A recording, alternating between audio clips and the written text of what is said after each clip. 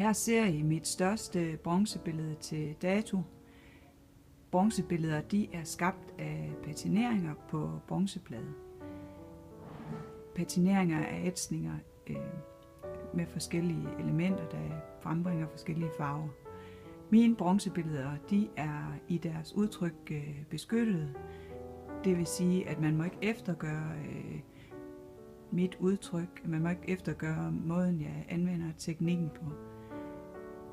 Det her bronzebillede det er bestilt til et offentligt sted.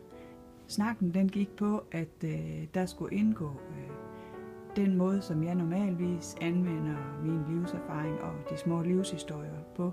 Altså der skulle indgå livsglæde, der skulle indgå livserfaring, og der skulle indgå livet, som det nu er, med det bringer.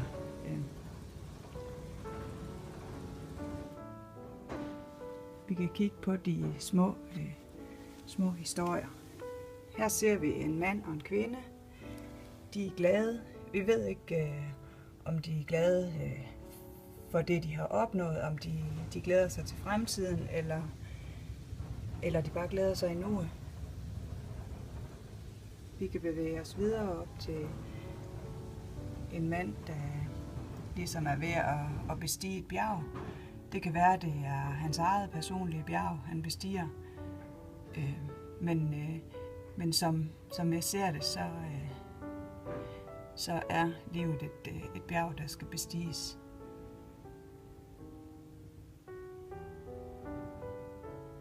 Der er ikke noget som en tur i en båd, hvor man sidder i ro og mag og mærker og hører, at vandet det klukker mod siden af båden, og man kan høre fuglene synge, man kan måske se dem på himlen, de basker rundt, og solen skinner. Der er fred, fisken springer i vandet.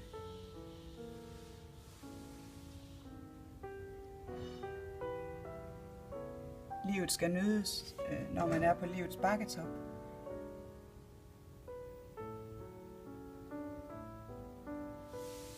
Livet er som leg med sommerfugle.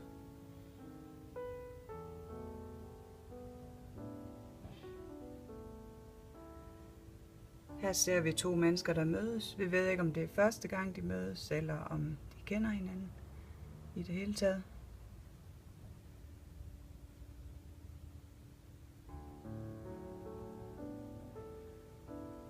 Solen skinner fra en blå himmel.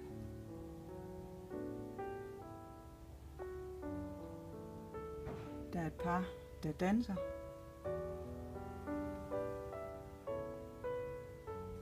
Og vi har en, der er på vej.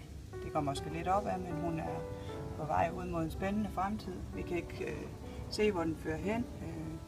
Hun er på vej i det uvisse.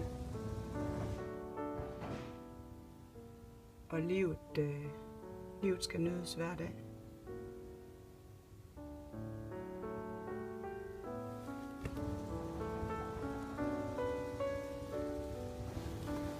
Og det er helheden.